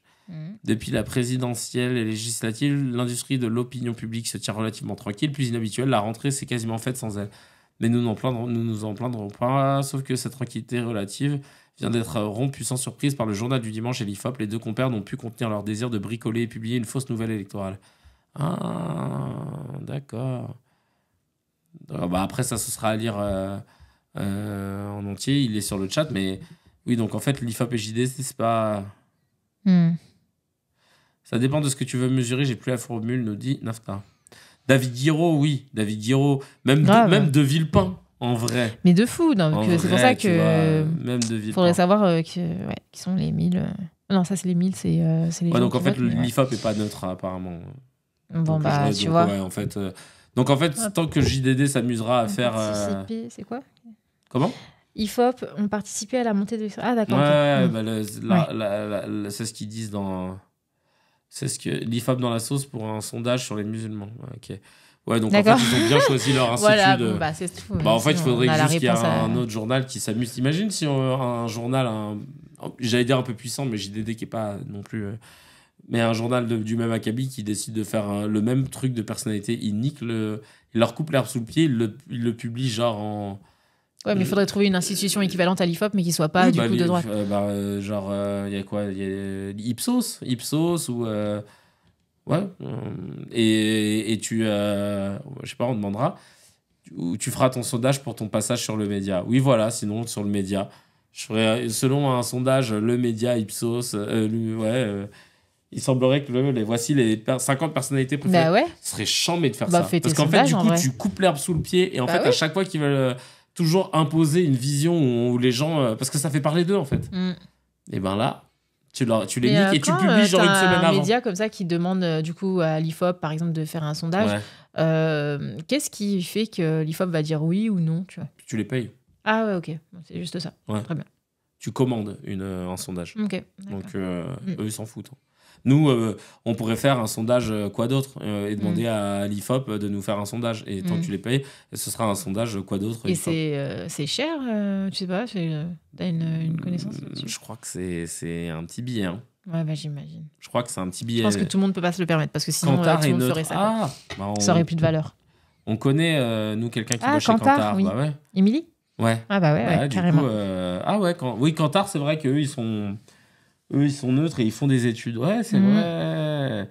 Mais si vous avez le prix d'une étude... Ah tiens, on avait écrit un truc là où j'ai pas fait gaffe. Karim qui dit, peu importe le nombre, il faut aussi que le panel soit représentatif de la société. 10 000 votants du Front National ne sera pas représentatif de la population française. C'est ça, bien sûr. Et je crois que c'est ça qui est long pour donc tu pourras jamais savoir... tu pourras jamais vraiment savoir qui est pour qui, tu vois. Enfin, tout le monde... C'est une donnée qui est pas transparente. Bah, tu vois, Besmed, il dit, j'ai travaillé chez Ipsos, secteur voiture, c'était tellement cher que PSA donc faisait que 4 par an. PSA, c'est le groupe Citroën. Oui, donc ça doit être quelque chose. Ouais, c'est clair. Ouais, grave. Juste pour le kiff. De toute façon, c'est normal que ça coûte cher parce que sinon, ça n'aurait plus de valeur, tu vois. Mais, genre, tout le monde le ferait. Et puis, c'est long à faire, en vrai, si tu le fais bien. Ouais, combien coûte un sondage? Enfin, quoi que maintenant, avec les moyens d'aujourd'hui, la technologie qu'on a aujourd'hui, les moyens informatiques, etc., c'est plus... on n'est plus à l'époque de la feuille et du stylo. Hein, donc, pour faire un sondage, c'est quand même beaucoup plus simple maintenant. Oui, c'est vrai qu'il y a les réseaux. Ça va plus vite. Mais du coup, c'est les réseaux, et puis il y a toutes les technologies de sondage, tu vois. Ouais, les outils d'analyse qui font les calculs pour toi, tu vois. Ouais, c'est vrai. Mais, par contre, quand tu as les gens qui sont démarchés à distance et tout, peut-être ils prennent plus à la légère que quand tu as les gens, tu les appelles et tu leur poses des questions et machin. Que là, qui sont là, ils font clac. Il n'y a pas d'enjeu pour eux, hein, donc ils veulent aller vite. J'arrive pas à avoir des prices. Là, eux, ils disent un sondage à partir de 5 000 € est désormais disponible, mais je pense que c'est plus cher. Ah, c'est pour une offre, c'est une offre de l'IFOP pour les collectivités locales. Okay. Bon, si vous êtes chaud, on se commande un petit, on se commande un petit sondage et on le fait, on fera notre classement et on le sortira toujours une semaine avant le JDD pour bien le faire chier. Ou en même temps. Ouais, je pense qu'on n'aura surtout pas les moyens de se commander un sondage avec l'IFOP ou l'Ipsos. Mais par contre, on peut le faire nous-mêmes et tant pis. Quoi. Ouais, et à chaque fois, on torpille. Et on veut que tout le monde partage. On partage vraiment les résultats. Tu vois. Regarde, et puis t'imagines, eux, comme ça, nous, on est transparents. Ouais, voilà. Et eux, ils voient à chaque fois. On partage tout le process. Et à chaque fois, chez JDD, une semaine avant, ils voient le classement des préférés des Français est sorti. Ils vont dire, mais c'est notre truc. C'est vrai. Ce serait génial. Sans scrupule en plus, parce que c'est une boîte qui appartient à Bolloré. Mais du coup, effectivement, tu es obligé quand même de mettre une liste de personnes à sélectionner parce que sinon, c'est beaucoup trop large et tu n'arriveras jamais à un classement. Tu vois, si tu dis, bon, c'est quartier libre, enfin, vous choisissez la personne que vous voulez. Mettez-nous vos personnalités préférées. Si tu as 1000 personnes, si tu as 1000 personnes, tu peux avoir 1000 personnes qui mettent un top 10 de personnes différentes. Ouais. Donc, du coup, dans ce cas, ton classement il peut pas se faire. Je pense que les gens vont tourner autour des mêmes noms au bout d'un moment. Et puis aussi, pourquoi, c'est compliqué, bah, c'est parce que même quand tu traites tes données d'analyse, pour avoir déjà fait tout ce qui est sondage, etc., c'est que tu es obligé de mettre des formules déjà pré-remplies. Parce que, par exemple, tu mets une feuille blanche à quelqu'un qui doit te remplir ses personnalités préférées. Il y en a un, il va écrire Michel Sardou avec un X à Sardou, etc. Et l'autre, il va pas te mettre de X à Sardou. Et donc, toi, après, pour ton traitement de données, c'est impossible, quoi. Enfin, c'est trop compliqué, tu vois. Donc, tu es obligé d'avoir un pré-mâchage. T'es obligé d'avoir un pré-mâchage. Mais oui. Mais nous, déjà, on fera un pré-mâchage. Bah, tu vois, par exemple, là, Afid qui dit... dans ce cas, on ferait une liste de 200 personnalités. Voilà, c'est ça, ouais, tu vois. Je pense que tu es obligé, on va chercher sinon c'est compliqué. Différentes. On met Jean-Jacques Goldman, mais on met aussi Squeezie. Sinon, voilà, il faudrait que toute l'année, on prépare ce truc-là, ce sondage, tu vois, chaque semaine ou tous les mois. Tu fais un recap, on vous demande de nous parler, de nous envoyer voilà, qui vous a marqué. Et donc, c'est à partir de ça, ensuite, à la fin, qu'on fait notre liste des 200 personnes qu'on va mettre dans ce sondage. Ça, c'est bien. Ouais, ça pourrait être bien. Moi, je serais bien chaud de torpiller, une fois qu'on aura des moyens, mais de torpiller le classement des... Parce que c'est un classement qui est problématique. Chaque année, les gens s'en plaignent. Bah, au lieu de s'en plaindre, on va en faire un. Bah oui. Tant qu'à faire. Bah ouais. Legit. Bah, personne n'est d'accord avec le sondage, let's go. Enfin, si, il y a des gens qui sont d'accord, mais je veux dire... pourquoi il n'y aurait pas un deuxième sondage, effectivement. Carrément. Deal. Carrément. Allez, on va se pencher là-dessus. Vas-y, pour finir, toi, tu avais quelque chose ? Oui, je voulais dire que jeudi, on part à New York. Oui. J'ai la chance d'avoir la meilleure chérie du monde qui m'a offert le plus beau cadeau qu'on m'ait jamais offert pour mon anniversaire. Alors c'est trop marrant parce qu'on me l'a fait étape par étape. D'abord elle m'a dit tiens, ouvre, joins un livre sur les comédies musicales. Je suis trop bien, merci. Ouais, t'avais 2 cadeaux sous le sapin, 2 paquets cadeaux. Ensuite j'ouvre le deuxième et là je vois que c'est un pop funk de Michael Jackson, et après j'ouvre dedans et il y avait un petit papier où il y avait écrit j'avais fait un dessin en nombre chinoise de Michael Jackson. Et il y avait écrit à Broadway... Broadway 2 places. 2 places. Oui. Et donc, elle m'a dit, un jour, si on va à New York, je t'emmènerai voir MJ, la comédie musicale. Et je me suis dit, putain, mais c'est trop mignon, il n'y a pas de souci. Et après... mais parce que ce que t'as mal expliqué, c'est que le livre, c'était un livre de ta bibliothèque. Oui, j'avais oublié. Du coup, moi, j'ai pris, on a une bibliothèque là juste au-dessus, on la voit pas. J'ai sorti donc le livre et je l'ai emballé, et dedans j'avais mis les billets d'avion, tu vois. Mais du coup, l'idée c'était que toi, tu ouvres le paquet et que tu te dises, putain, mais elle m'a offert un livre que j'ai déjà, mais vas-y. Et du coup, et en plus, quand t'as ouvert le livre, j'étais là, t'étais en mode, j'ai trop hâte de lire. Et moi, j'étais en mode, il fait grave genre, pour pas me décevoir et tout. Mais du coup, en fait, t'avais vraiment oublié. Ok. Et donc, du coup, c'était ça qui était drôle dans l'ouverture de ce cadeau. Parce que moi, je voulais que tu te dises. La sous de ma gueule. Ouais. Ah ouais, elle me offre. Non, que tu te dises, merde, il est nul ce cadeau, je l'ai déjà, mais bon, je vais pas lui dire. Mais voilà. Non, j'étais premier degré. Je sais même pas d'où il sort ce livre, faudrait que. Ah, c'est drôle. Ouais. Et dedans, il y avait, je vois, billets, et il fallait gratter. Oui. Ouais, parce que du coup, sur Amazon, tu peux trouver des cartes, des fausses cartes d'embarquement quand tu veux offrir un voyage, et t'écris à main levée dessus le nom de la personne, les dates, et après tu mets et te mettent aussi avec un stickers, oui, effectivement, qui permet de gratter, et derrière tu découvres le nom de la destination. Ouais, il y a quelqu'un qui était il y a un mois à la comédie musicale de MJ. Let's go. Et donc et voilà. Et voilà, et donc j'ai gratté, là je vois qu'on part à New York. Et alors, attendez, truc de ouf, c'est parce que maintenant, si vous allez regarder les épisodes de Quoi d'autre, vous allez pouvoir peut-être voir le moment où elle s'est décomposée. Parce que je vous explique. Vas-y. Donc, en gros, je vois, on part à New York. Je suis, mais attends, on part de quand à quand ? Elle me dit, on part du 9 au 14. Et là, je me dis, mais moi, je joue jusqu'au 12 janvier à Paris. Et après, j'enchaîne avec la tournée. Et je dis, mais je joue jusqu'au... Et alors, au début, tu fais semblant, tu fais, c'est vrai ? Ouais. Et après, mais non, mais attends, sur ton planning, il y a écrit que tu joues à partir du 16 janvier. Et après, je lui dis... Oh non, et après elle me dit c'est bon, t'inquiète, c'est géré. C'est géré. Et donc en gros, elle a vu avec mon alternant, merci d'ailleurs Kinsley, qui va me remplacer sur ces jours-là. Elle a vu avec la prod qui a dit oui, il y a pas de souci pour que Kinsley remplace et tout. Mais parce qu'à la base, c'était pendant un épisode de Quoi d'autre, J'étais en train de dire oui, d'ailleurs, vous pouvez me voir jusqu'au 12 janvier, je joue à la Théâtre de la Renaissance. C'est à Gaël qui avait pris les billets, mais moi je savais pas à ce moment-là. Et qui dit oh putain, il a dit je vous conseille Hell's Kitchen, comédie musicale d'Alicia Keys. Bon, on va la voir aussi. Il a pris les places pour aller voir aussi, donc t'inquiète.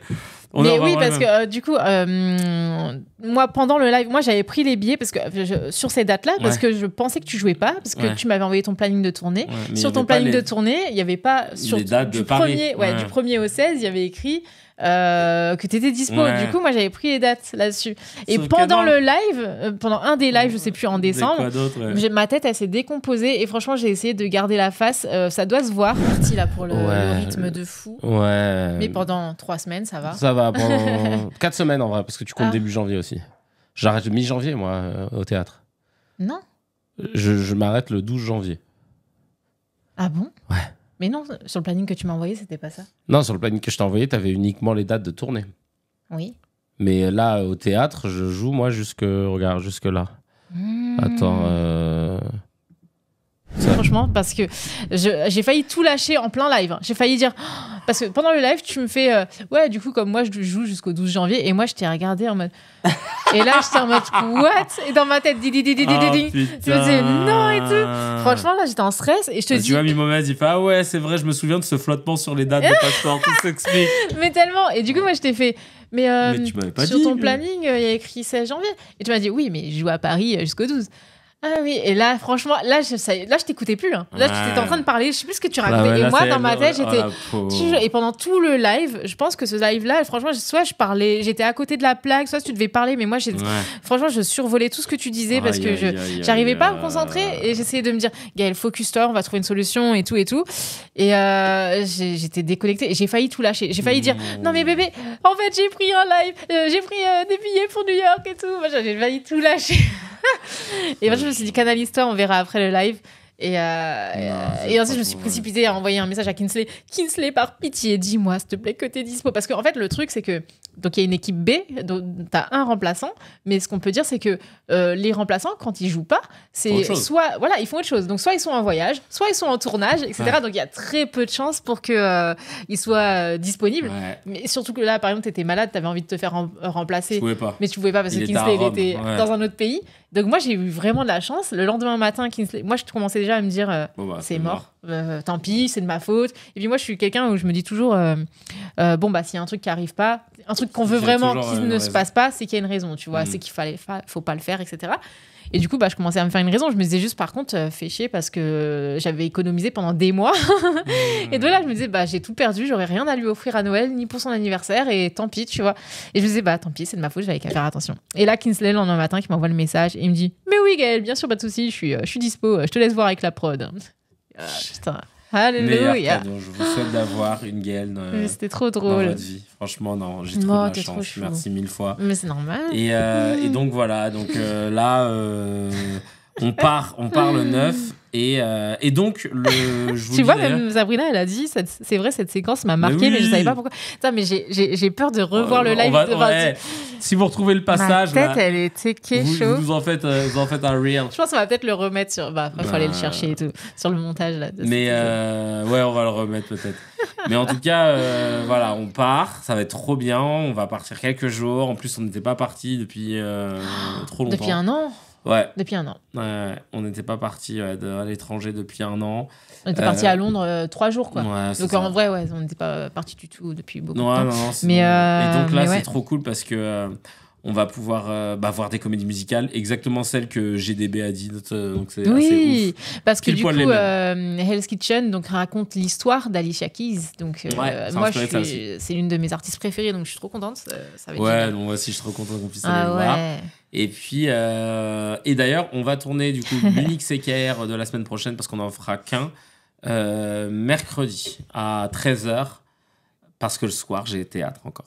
Oui. Donc, mercredi 13h, il y aura le CKR. Avec Hamza qui avec sera le retour de Dr H, avec sa médaille de bronze. Yeah. Ça va faire bizarre de le voir. Il y en a qui me demandaient des nouvelles. Sachez que depuis qu'il est revenu, j'ai dû lui avoir que 2 fois. Ouais, mais c'est normal. Il est un peu dans son monde là. Tu m'étonnes. Il se renoue avec sa famille. Je sais qu'il s'entraîne de ouf. Il essaie de garder cette discipline, machin. On va le revoir, il va être comme As. Donc, ouais. J'ai hâte de le voir, franchement. Qu'il nous raconte tout ça, parce que c'est vrai qu'on. L'épisode va faire 4 heures à peu près, je vous le dis, comme ça au moins ça fera la semaine. Ah ouais, donc moi je bloque l'après-midi en fait. Ouais, c'est ça. On va finir à 16h, et puis après. Je vais commander des popcorn et tout, parce que commandez vos popcorn pour mercredi, ça va être long. Les bugs vont nous manquer. Et puis surtout, il va revenir. Là, l'épisode en physique, cool, avec la réalisation. Oui, là, je vais vous refaire une réal à l'ancienne, avec 3 caméras, avec du multicam, etc. Non, ça va être cool. Là, on retrouve le setup, là. Il y aura plus de son de gauche, je crois. Plus de son de gauche. Je me rappelle, j'ai pas la ref. Mais non, parce que j'avoue, toutes les galères de son qu'on a eu, tout le monde a tenu. Et c'est marrant, parce que le moment où on se réunit, où on est tous enfin là, et c'est là qu'on a tous dit venez, on tourne pas tout de suite. Alors que par contre, quand il était en Indonésie, machin, on n'a pas lâché. Et le moment où on est à côté, parce qu'il habite à 15 minutes d'ici. Ouais, mais en fait, je pense que lui, c'était nécessaire pour lui. On peut pas l'alpaguer comme ça. Bon, t'es rentré, vas-y. Non, il a vécu une expérience de fou. Il était loin de sa famille. C'était important. Ça devait être très prenant, psychologiquement, physiquement. Donc non, faut couper à un moment donné, voilà. Et on revient plus fort. Donc ouais, ça c'est nécessaire. Ouais, bien sûr. Je viens de voir que j'ai tapé sur la caméra en tapant sur la maison de Mani. Bon, en tout cas, c'était... Il est resté avec nous toute l'émission. Ouais, tu sens qu'il est content que je sois revenu. Oui. Et même qu'on soit là. Ouais. Bon, faut pas lui dire qu'on part. Punaise. Franchement, parce que quand on part, il est pas bien. Quand on revient, c'est dépression, quoi. On va voir qui peut passer. Si Sabrina peut passer. Mais après, elle habite loin. Ouais, la pauvre. En plus, je crois qu'elle a plus de voiture maintenant. Ouais, bon, laisse tomber. Je vais peut-être pas le... je sais pas qui pourrait passer. Ouais, j'avoue. Mourad, il taffe maintenant. Hamza, peut-être. Après, on part que 5 jours, rassurez-vous, mais... mais quand même. Non, habituellement, oui. En fait, Mani, il a l'habitude de... On a toute une installation avec sa machine à croquettes automatique, il a 2 litières. Donc, en fait, on a l'habitude de le laisser seul. Mais on s'est rendu compte qu'avec le temps, il le vit de moins en moins bien, on dirait. Ouais. Parce qu'il nous engueule. Oui, d'être seul, ouais. Je pense que c'est depuis qu'on était parti à Maurice il y a presque 2 ans. Quand on est revenu, après on était parti vraiment 2 semaines. Quand on est revenu. Non, Angoulême aussi. Non, Angoulême, on a fait. Non, mais déjà Maurice, déjà de base. Ouais. Quand on est revenu, il était pas yambe. Il était pas yambe. Et après, ouais. Angoulême aussi. Oui. Bon, à chaque fois, on s'arrange pour qu'il y ait des gens qui passent, mais bon. Bon, là, on part pas trop longtemps, mais s'il y a au moins une personne qui peut passer. Oui, on va essayer. Ça peut être bien. Et voilà, on va demander à des cracks. C'est genre le mec qui demande à tout le monde. Grave. Allez, maintenant, c'est à vous de jouer. J'aurais bien amené chez ma maman, mais il y a un chat. Et déjà, lui, il aura pas ses repères. Et puis, Mibou, je sais pas si elle acceptera un nouveau chat sur son territoire. Voilà. Affaire à suivre. Yes. En tout cas, merci d'avoir été là. On a fait un bel épisode. C'était trop cool. Ouais, franchement, trop cool. On vous fait d'énormes bisous. Et du coup, le prochain quoi d'autre, ce sera sans doute la semaine prochaine. Parce qu'on sera d'après. Du coup, la semaine prochaine. La semaine d'après. On est dimanche. Oui, pardon. La semaine d'après, pardon. J'ai l'impression qu'on est lundi. Mais alors là, on va vous faire un quoi d'autre spécial New York. Ah oui, bien oui. Trop bien. Des débriefs de ouf, de comédie musicale, tout ça. Machin. De tout, de ce qu'on a mangé. On va tout observer. Ouais, je pense que ça peut être bien. Ouais, grave. Et voilà. Ça marche. On vous fait des gros bisous. Gros bisous. Merci de vous être connectés pour ce grand retour. Ouais, ça fait trop plaisir. Et on vous dit à très très vite. Ciao. À bientôt dans Coin d'Ontre, l'émission de Coin d'Ontre. Et c'est parti pour le générique. Allez.